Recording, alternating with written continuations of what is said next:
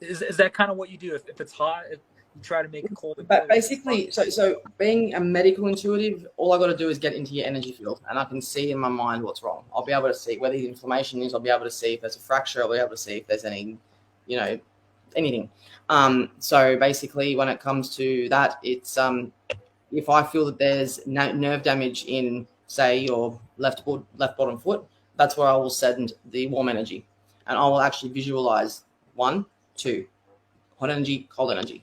And I'll visualize the hot energy coming from this hand, going down into your foot, going all around the nerves and all that kind of stuff. And as I'm doing that, I'll ask you to move. I'll ask you to move something, and that way you're getting results as I'm actually doing the energy. It's phenomenal. It's absolutely crazy. Honestly, like the first lady I did, she couldn't feel her feet for 9 years. I ring her back 3 hours after the healing session, and she's pointing the camera down to her toes, and she's like, I can't believe I can feel my feet. It was really cool. It was. And that was just because of the hot energy and the cold energy getting the nerves blood flowing again, getting some blood circulation going again, all that kind of stuff. And just setting the intention of heat is usually a very, very good thing.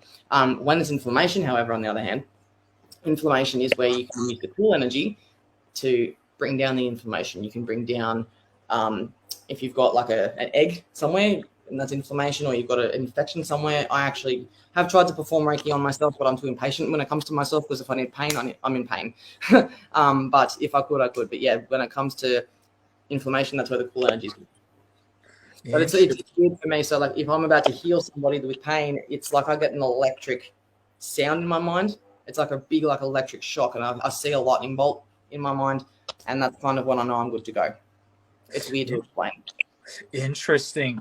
My first when I first got into this work, I attended an energy school that existed at the time called the Avatar Energy Master Institute, which no longer exists. But I briefly learned a little bit about healing. I gravitated more towards moving objects and stuff like that because I thought that was more cool. But they essentially taught that you can learn to kind of, I forgot what the phrase they used.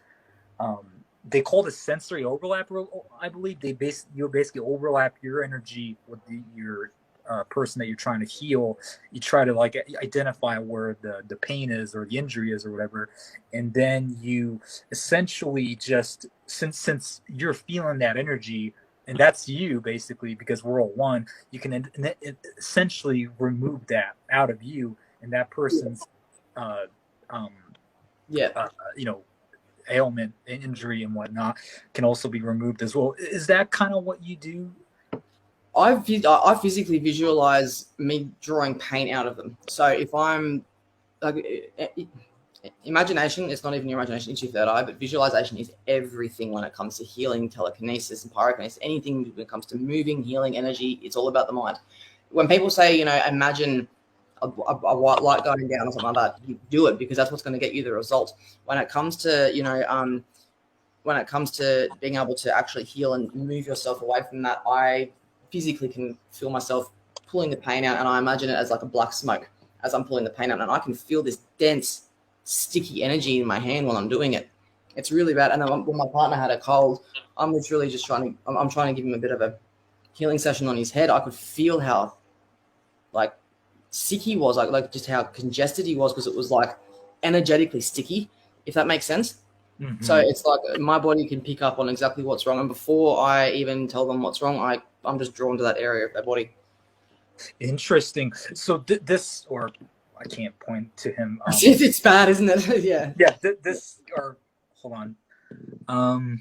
But this guy that you see in the background, I'm trying to point to him, but he is I do his practice called Fallen Dafa, which is how I raise my energy and stuff like that. But he essentially talks about, and it's so interesting that you said that you sense some kind of black energy, if you will. He talks about black chi and stuff like that. And, wow, really? Well, there you go.